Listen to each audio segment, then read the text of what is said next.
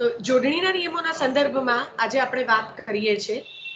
આપણે જાણીએ છીએ કે ગુજરાતી ભાષાનો સૌથી અગત્યનો અથવા તો સૌથી મહત્વનો એવો જોડણી કોષ છે, એને સાર્થ જોડણી કોષ તરીકે કહેવામાં આવે છે। આ સાર્થ જોડણી કોષ ગુજરાત વિદ્યાપીઠ દ્વારા પ્રકાશિત કરવામાં આવ્યો છે અને 1929માં એની પ્રથમ આવૃત્તિ છે એ પ્રગટ થઈ હતી અને મહાત્મા ગાંધીજીના દેખરેખ હેઠળ, એમના નિર્દેશન હેઠળ આ સાર્થ જોડણી કોષ પ્રકાશિત થયો છે। તમારે જ્યારે રેગ્યુલર કોલેજ આવવાનું થશે ત્યારે કેટલાક કોષ મારી પાસે પડ્યા પણ છે। સાર્થ જોડણી કોષ આપણે અહીંયા નથી, પણ મારી પાસે મારો પોતાનો પણ છે, તો હું ક્યારેક લેતી આવીશ તમને બતાવવા માટે કયા પ્રકારનો કોષ એટલે જેને આપણે ડિક્શનરી કહીએ છીએ એવા જ અર્થમાં, બરાબર। અને ગાંધીજીએ કહ્યું હતું કે હવે પછી કોઈને સ્વેચ્છાએ જોડણી કરવાનો કોઈ અધિકાર નથી। આમ તો સાર્થ જોડણી કોષ પ્રમાણે જોડણીના કુલ 33 જેટલા નિયમો છે। હવે આપણને એમ થાય કે આપણે પરીક્ષામાં 3-4 માર્કની જોડણી પૂછાય એના માટે 33 નિયમો યાદ રાખવાના, તો હા, આમાં એવું છે કે એ નિયમોને થોડા મેં મોડિફાઈ કરી, થોડા મારી રીતે સંકલિત કરી, સંક્ષેપ કરી અને હું તમારી સામે રજૂ કરીશ। અને બીજી વસ્તુ કે માત્ર પ્રથમ વર્ષ BA ની પરીક્ષા માટે તમને આ જોડણી જરૂરી છે, અગત્યની છે એવું નથી, પણ જોડણીના નિયમો જો તમને આવડશે તો તમે, કારણ કે ભાષાના વિદ્યાર્થીઓ છો, ભલે તમારો મુખ્ય વિષય સંસ્કૃત હોય કે મુખ્ય વિષય અંગ્રેજી હોય કે પછી મુખ્ય વિષય ગુજરાતી હોય, કારણ કે આપણે ભાષાના વિદ્યાર્થીઓ છે એટલે આપણી પાસે હંમેશા એવી અપેક્ષા રહે જ કે આપણી જોડણી સાચી હોય। અને આજુબાજુના હવે રોજિંદા જીવનમાં તો જોડણીઓ ચારે તરફ બહુ ખોટી હોય છે અને એવા વખતે જો તમને તમારી જોડણી પાકી હોય તો તમે, જેને કહીએ ને કે તમારી કારકિર્દી માટે પણ એ અગત્યનું થઈ રહે। આપણી જો જોડણી પાકી હોય તો તમને લોકોને પ્રૂફ રીડિંગ પણ બહુ સરસ રીતે તમે કરી શકો। તો કોઈ મેગેઝિનો છે, સામાયિકો છે, વર્તમાન પત્રો છે, આ બધામાં પ્રૂફ રીડર તરીકેની તમને નોકરી મળી શકે। ઓનલાઈન પ્રૂફ રીડિંગ હવે તો થતા હોય છે, એ તમે કરી શકો। તમે ફ્રીલાન્સિંગ ઘરે બેસીને પણ તમારું આ કામનો વિકાસ કરી શકો, પણ એ આપણે ક્યારે કરી શકીએ? જ્યારે આપણી પોતાની જોડણી પાકી હોય ત્યારે। અને એ સિવાયનો બીજો એક વિચાર કરીએ તો તમે કોલેજ પૂરી કરીને કોઈ પણ સ્પર્ધાત્મક પરીક્ષા આપશો, કોઈ પણ કોમ્પિટિટિવ એક્ઝામ્સ, સરકારી પરીક્ષાઓ આપશો, તો એની અંદર ગુજરાતી વ્યાકરણ બહુ અગત્યનું હોય છે અને ઘણા બધા માર્કનું પૂછાય છે અને એમાં તમને આ જોડણી છે એ પણ બહુ પૂછાતી હોય છે। તો એ સ્પર્ધાત્મક પરીક્ષાઓ માટે પણ આ જોડણી આપણા માટે શીખવી જરૂરી છે, બરાબર।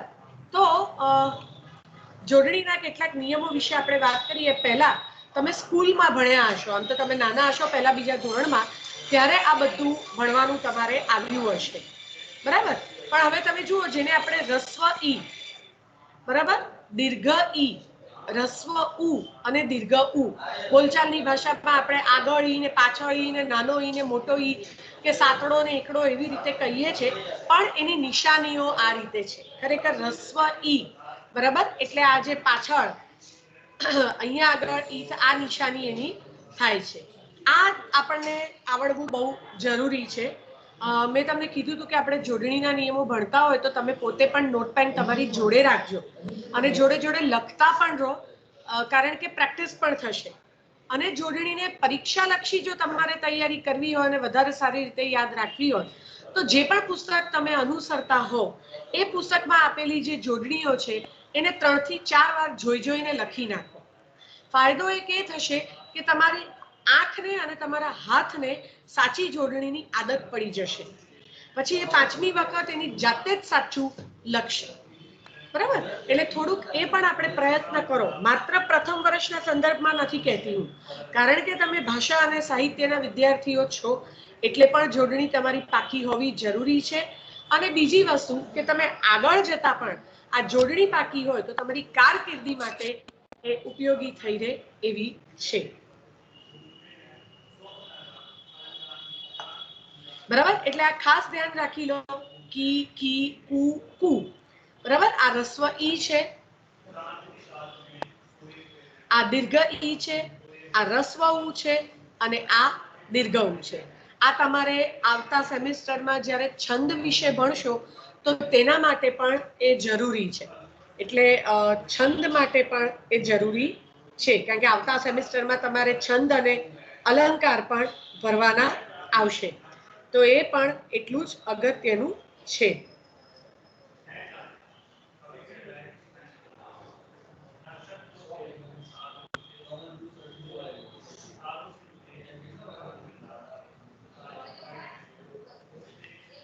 હવે આપણે આ તમને રસ્વઈ અને દીર્ઘઈ ને રસ્વઉ અને દીર્ઘઉ ખ્યાલ આવી ગયો, બરાબર?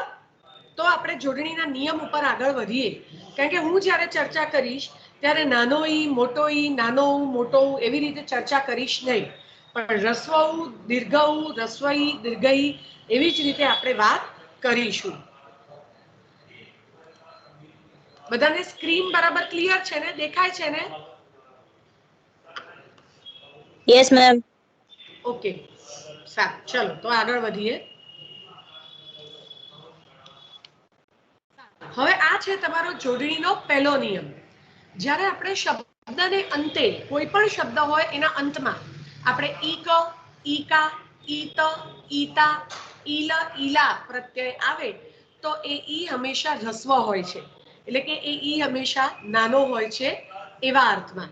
હવે આ કઈ રીતે, જો હું તમને લખીને બતાવું એટલે તમને ખ્યાલ આવશે.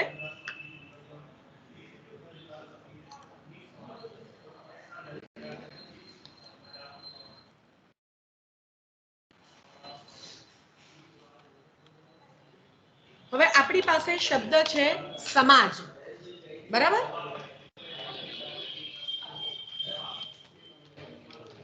આપણી પાસે શબ્દ છે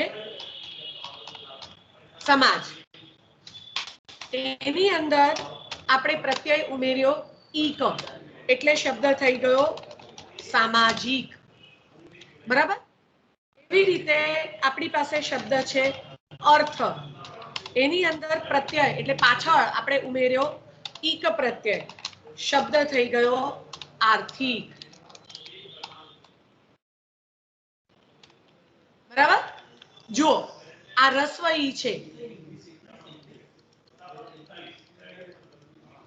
આ જે ઈ છે એ રસ્વ ઈ છે, બરાબર? આ ઈ છે રસ્વ ઈ છે. સામાજિક, આર્થિક, નૈતિક, દૈનિક, જ્યાં અંતમાં ઈક એવું ઉચ્ચારણ થતું હોય તો એ બધું રસ્વ ઈ તરીકે આવે છે. કે જો આ બધા શબ્દો એવી રીતે ઈકા હોય, લેખિકા, બરાબર? પરિચારિકા, ગાયિકા, તો ઈકા હોય કે ઈક હોય તો એ ઈ હંમેશા રસ્વ ઉપર જાય છે. એવી રીતે શબ્દને અંતે આપણે ઈત પ્રત્યય બોલીએ છીએ. તો જો મૂળમાં શબ્દ કયો છે? શબ્દ છે ગણ. એની અંદર આપણે પ્રત્યય ઉમેર્યો ઈત, બરાબર? અને આ ગણ છે ને એમાં આ આખો વ્યંજન ના હોય, આ ખોડો વ્યંજન હોય, આવી રીતે.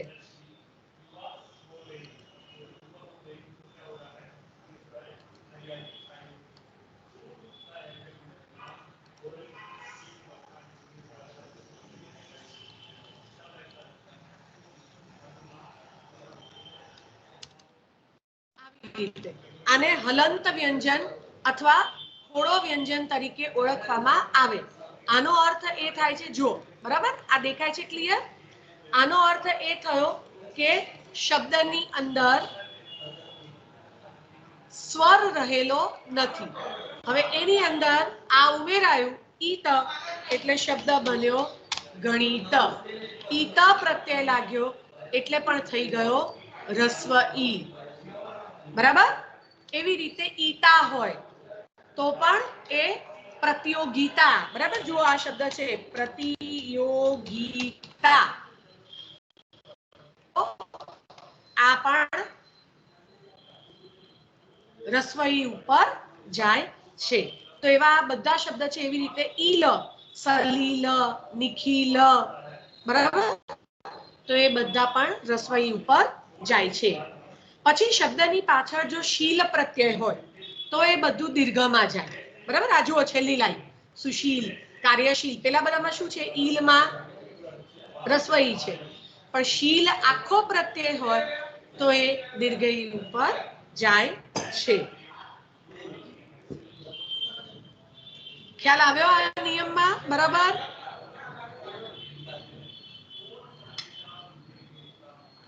સમજ પડે છે? આ રીતે ખ્યાલ આવે છે?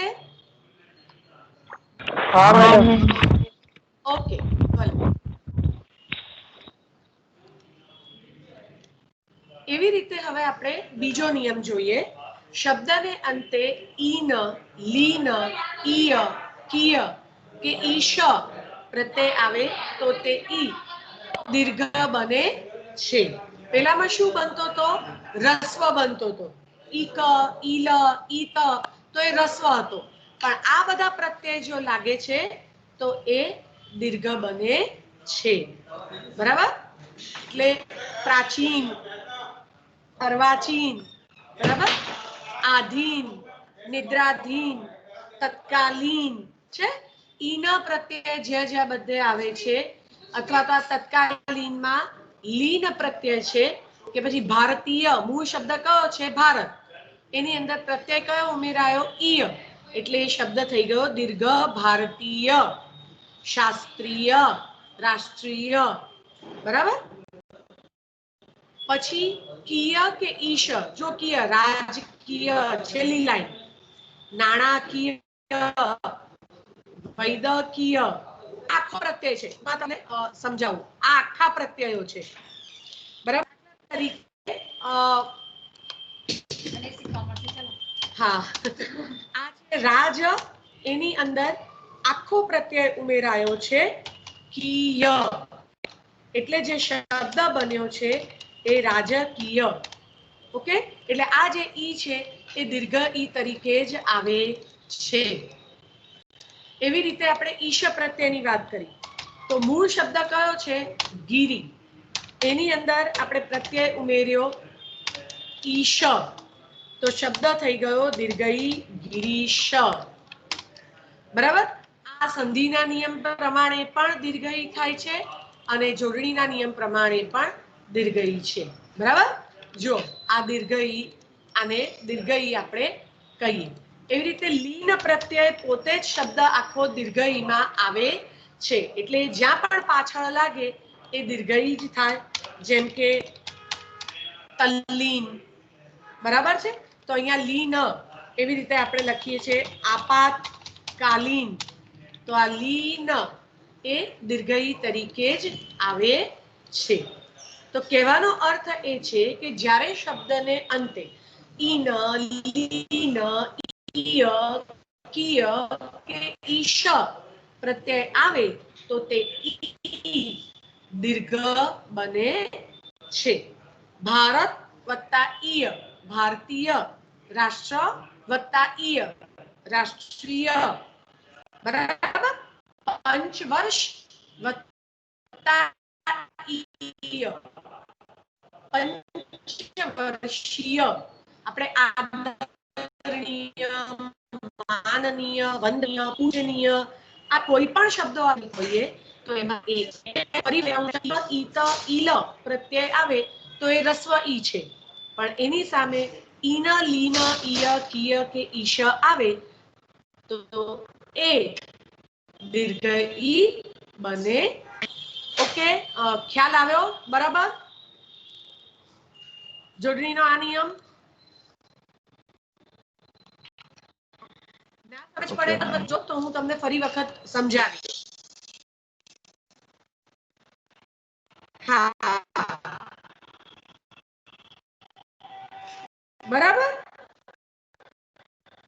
હવે જો આપણી પાસે આવા શબ્દ છે, દાખલા તરીકે રવિ, પછી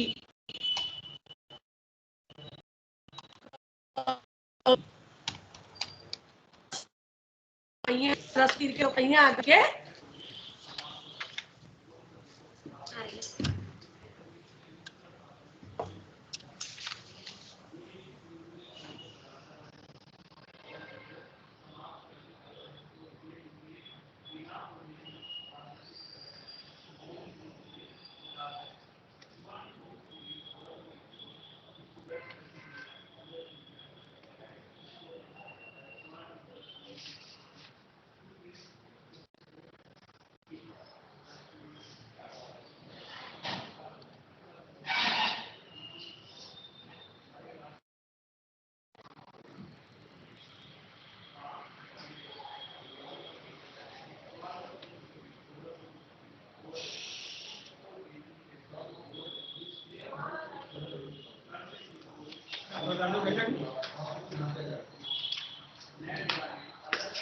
બરાબર, તો તમે રવિ લખો છો કે કવિ લખો છો, અહીંયા આગળ બધે રસ્વ ઈ આવે છે, પણ એની અંદર હવે આપણે પ્રત્યય ઉમેરીશું ઇન્દ્ર.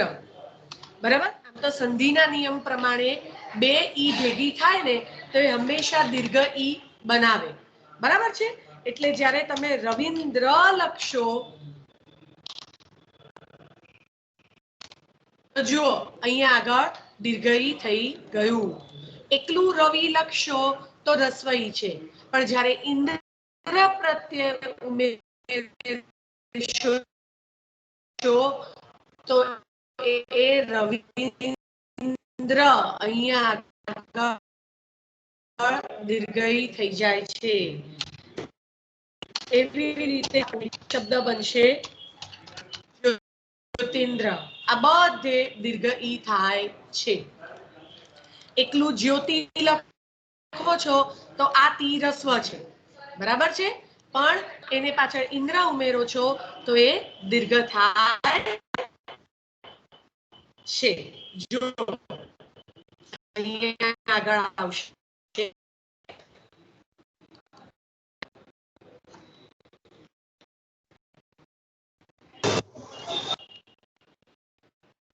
બરાબર, શબ્દને જ્યોતિન્દ્ર, હરીન્દ્ર, બરાબર, એટલે એકલું રવિ, એકલું કવિ કે જ્યોતિ કે હરિ લખીશું તો એ રસ્વ ઈ છે.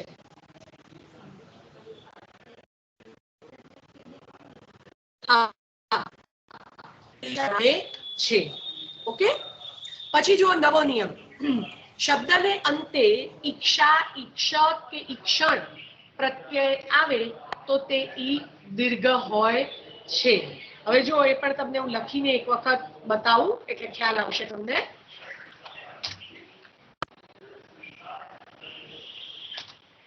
હવે આ શબ્દ છે એમાં પાછું આપણે પેલું લાગશે, બરાબર, હલન. એની અંદર આપણે પ્રત્યય ઉમેર્યો ઈક્ષા. ઈક્ષા પ્રત્યયમાં ઈ પોતે દીર્ઘ ઈ જ છે, બરાબર, એટલે શબ્દ બન્યો પરીક્ષા. અહીંયા જો કે આ હલંત નહીં, બે ઈ ના અર્થમાં જ આવે છે, એટલે આ આવશે પરી વત્તા ઈક્ષા. બરાબર, સમીક્ષા, નિરીક્ષા.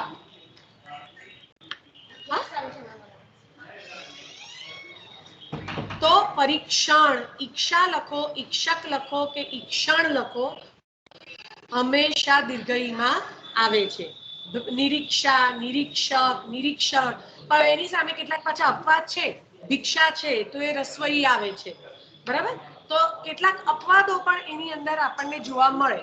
આ અપવાદના બે ત્રણ કારણ હોય કે કેટલાક શબ્દો તત્સમ હોય છે. તત્સમ એટલે જે સંસ્કૃતમાંથી સીધા ઉતરીને ગુજરાતીમાં આવ્યા હોય, એટલે સંસ્કૃતના નિયમ પ્રમાણે એની જોડણી થતી હોય, બરાબર, પણ કેટલાક શબ્દો દેશીય પણ હોય, એટલે કે એનું મૂળ ક્યાંથી હોય, ક્યાંથી આવ્યા હોય ખબર ના હોય. કેટલાક શબ્દો તદ્ભવ હોય, એટલે સંસ્કૃત કે બીજી કોઈ પણ ભાષામાંથી ઉદ્ભવેલા હોય પણ ગુજરાતીમાં આવતા આવતા એમાં પરિવર્તન પામ્યા હોય. અને કેટલાક શબ્દો છે એ અન્ય ભાષાના આપણે ગુજરાતીમાં લઈ લીધા હોય, બરાબર છે. જો દાખલા તરીકે આપણે આ નિયમ જોયો તો ને, ઈલ વાળો, આ ઈલ ને ઈલા ને એમાં, તો અહીંયા આગળ દાખલા તરીકે તમે આ જો હવે ઈલ વાળામાં દાખલા તરીકે તમે સલીલ લખ્યું છે તો એ રસ્વ ઈ છે, પણ એની સામે હું વકીલ લખીશ, બરાબર, કે દલીલ લખીશ તો આ બધે દીર્ઘ ઈ છે. એનું શું કારણ કે આ મૂળે તત્સમ શબ્દ નથી, એટલે સંસ્કૃતના શબ્દો નથી, ગુજરાતીના શબ્દો નથી, આ અરબી ફારસી ભાષામાંથી આવેલા શબ્દો છે, એટલે એને પેલા જે સંસ્કૃતમાંથી જે જોડણીના નિયમો હોય એ લાગુ પડે નહીં. તત્સમ શબ્દોના નિયમો જોડણીના અહીંયા આગળ લાગુ પડે નહીં, એટલે એને આપણે કાં તો અપવાદ તરીકે પણ ગણવા હોય તો ગણી શકીએ, જે રીતે આપણે લેવું હોય એ પ્રમાણે લઈ શકીએ, બરાબર. પછી જુઓ, સ્ત્રીલિંગ શબ્દમાં અંતે આવતો તી સામાન્ય રીતે રસ્વ હોય છે. હવે જો ગુજરાતી ભાષામાં ત્રણ લિંગ છે, બરાબર, પુલ્લિંગ, સ્ત્રીલિંગ અને નપુંસકલિંગ. આપણે કેવો પૂછીએ તો એ પુલ્લિંગ હોય. ઘોડો કેવો તો ઘોડો પુલ્લિંગ છે. છોકરો ડાયો, છોકરો કેવો તો છોકરો પુલ્લિંગ છે. પણ ઘોડી કેવી તો એ સ્ત્રીલિંગ છે. છોકરી કેવી તો એ સ્ત્રીલિંગ છે. બરાબર. એવી રીતે કૂતરું, વાંદરું તો એ બધા નપુંસકલિંગમાં આવે છે. કેવું પૂછતા, કેવો પુલ્લિંગ, કેવી સ્ત્રીલિંગ અને કેવું નપુંસકલિંગ. તો આવા જે સ્ત્રીલિંગ શબ્દો છે એમાં અંતે જો તી આવતો હોય શબ્દને અંતે, તો મોટા ભાગે સામાન્ય રીતે, બરાબર, 100% એવું નથી હોતું, પણ સામાન્ય રીતે તે તી છે એ રસ્વ હોય છે. જો અહીંયા બધે ગતિ, મતિ, પ્રગતિ, કીર્તિ, અનુભૂતિ, બરાબર, તો એ જે તી છે એ મોટા ભાગે રસ્વ હોય છે. પણ એની સામે કેટલાક શબ્દો એવા પણ છે, સ્ત્રીલિંગ છે, બરાબર, તો પણ એમાં રસ્વ થતો નથી. જેમ કે વિનંતી, બરાબર, માહિતી, આ બધા સ્ત્રીલિંગ શબ્દો છે. જયંતી, પણ અહીં બધે દીર્ઘઈ છે. આ શબ્દ પણ આપણે બહુ વાપરીએ છીએ. સાબિતી, તો અહીંયા આગળ બધે દીર્ઘઈ છે. ઓકે, તો આ એના અપવાદ તરીકે પણ આપણે નિયમના અપવાદ તરીકે પણ આપણે લઈ શકીએ છીએ. એટલે એ દ્રષ્ટિથી તમારે જોવાનું. એના કારણ એ પણ હોય છે કે સંસ્કૃતમાં એમાં શું હોય કે મૂળ ધાતુ હોય અને એની અંદર પછી પ્રત્યયો જોડાતા હોય છે. હવે આ સાબિતી છે કે માહિતી છે, તો એ બધાની અંદર આખું ધાતુ જ માહિત, એટલે પછી એની અંદર ઈ પ્રત્યય લાગે છે, તી લાગતો નથી. એટલા માટે એ ખરેખર દીર્ઘઈ ગયા છે. પણ તમારા સામાન્ય નિયમો તમે યાદ રાખશો તો પણ ચાલશે. ઓકે, આ આપણે આમ તો લીધો આગળ નિયમ. શબ્દને અંતે ઈચ્છા, ઈક્ષક કે ઈક્ષણ, બરાબર. જો આમાં વધારે ઉદાહરણો છે. પરીક્ષા, પરીક્ષક, પરીક્ષણ, દીક્ષા, સમીક્ષા, સમીક્ષક, આ બધા શબ્દો દીર્ઘઈ છે. અને એની સામે જુઓ, આ એના અપવાદ છે. ભિક્ષા, અધિક્ષક, શિક્ષા, શિક્ષક, શિક્ષણ, તો એ પરિવાર્તા શિક્ષા છે. એટલે મેં તમને કીધું ને કે સંધિના નિયમ પ્રમાણે બે ઈ ભેગા થાય તો એ દીર્ઘઈ જ બનાવે. પ્રતીક્ષામાં પ્રતિ વત્તા ઈચ્છા છે, એટલે બે ઈ ભેગા થઈને દીર્ઘ બનાવે. પણ શિક્ષા કે શિક્ષક એમાં મૂળ ધાતુ શિક્ષ છે, એટલે અ અને રસ્વ એ પેલી એ રીતે ભેગા થાય છે, એટલે એ અહીંયા આગળ એમાં બદલાતું શિક્ષ એવું આખો ધાતુ છે. હા, એટલે એમાં ઈક્ષક કે ઈક્ષણ પ્રત્યય ઉમેરાતો નથી. ભિક્ષ એવું પોતે જ એક આખું ધાતુ છે. અને અધિક્ષકમાં અધિ એ છૂટો પ્રત્યય છે. એમાં ઈક્ષક પ્રત્યય ક્યાંય ઉમેરાતો નથી, જે આ બધામાં ઉમેરાય છે. પરીક્ષામાં પરી વત્તા ઈક્ષા છે, પણ શિક્ષામાં શ વત્તા ઈક્ષા કે શી વત્તા ઈક્ષા નથી. શિક્ષ પોતે જ આખો એક શબ્દ છે. ઓકે, એટલા માટે એને આ નિયમો લાગુ પડતા નથી. પછી આ નિયમ આપણે આગળ જોયો, થોડા શબ્દો એમાં વધારે છે અને આ બધા એના અપવાદ. જો હવે તી વાળામાં પાછા શબ્દને અંતે વતી, મતી જેવા પ્રત્યય આવતા હોય તો એ દીર્ઘઈ જ આવે. સરસ્વતી, ભગવતી, કલાવતી, પાર્વતી, લીલાવતી, બરાબર. તો જુઓ, માયાવતી, શ્રીમતી, ભાનુમતી, અહીંયા મતી આખું છે, એકલો તી નથી, એટલે હંમેશા દીર્ઘઈ ઉપર જાય છે. આ બધામાં પણ એવું છે. સત પરથી સતી છે, એટલે એની અંદર માત્ર ઈ ઉમેરાયો છે, એટલે દીર્ઘઈ છે. આરત વત્તા ઈ છે, એટલે દીર્ઘઈ છે, બરાબર. જ્યારે અહીંયા આગળ એવું નથી, ઉત વત્તા નતી છે ઉન્નતિમાં, બરાબર. એટલે અહીંયા કેવું, એટલા માટે અહીંયા આગળ બધે મોટા ભાગે રસ્વઈ છે, પણ અહીંયા આગળ માત્ર ઈ પ્રત્યય ઉમેરાયો છે, એટલે દીર્ઘઈ છે, બરાબર.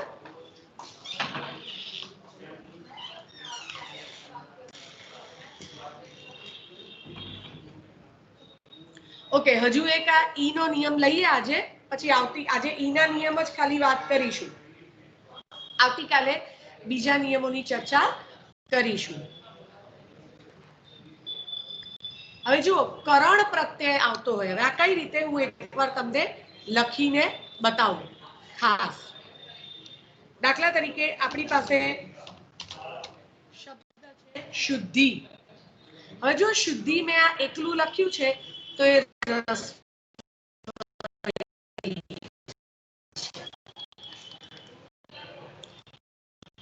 બરાબર, પણ અંદર કરણ તો શબ્દ બને છે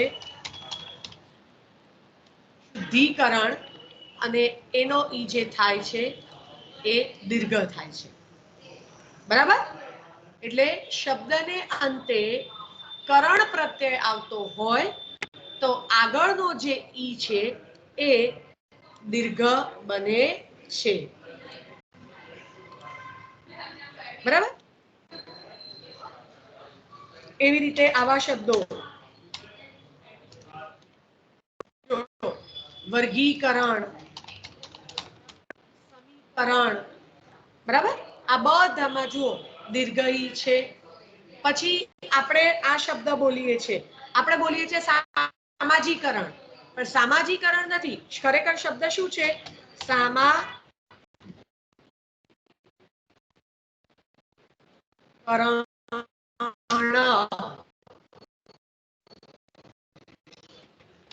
હું એને બદલી નાખું. કરણ. હવે જો આપણી પાસે ઓરિજિનલ શબ્દ કયો હતો? સમાજ. એમાંથી આપણે શું બનાવ્યું? જો ઈક પ્રત્યયને કારણે રસ્વ ઈ છે, એ આપણે નિયમ જોયો કે શબ્દને અંતે ઈક પ્રત્યય આવતો હોય તો એ ઈ રસ્વ બને. એટલે આ રસ્વ ઈ છે, પણ આની પાછળ જ્યારે તમે કરણ લગાવો છો, બરાબર, ત્યારે એ આ કી છે એ દીર્ઘ બને છે. સામાજિકીકરણ, વૈશ્વિકીકરણ, આધુનિકીકરણ, બરાબર. તો આ ખાસ ઐતિહાસિકીકરણ, તો એ ખાસ તમે ધ્યાનમાં રાખજો. જો ઔદ્યોગિકીકરણ, કરણની આગળ જેટલા પણ ઈ છે એ બધા દીર્ઘ ઈ છે. ઓકે, ખાલી એક આ અધિકરણ એનો અપવાદ થાય છે. એને અપવાદ કરતા મેં કીધું કે અધિ પોતે સ્વતંત્ર પૂર્વ પ્રત્યય છે, એટલે એ રસ્વ ઈમાં જ હોય છે, એટલે એમાં કોઈ ફેરફાર નથી થતો. આપણે અધિક્ષકમાં પણ એ જોયું, બરાબર છે.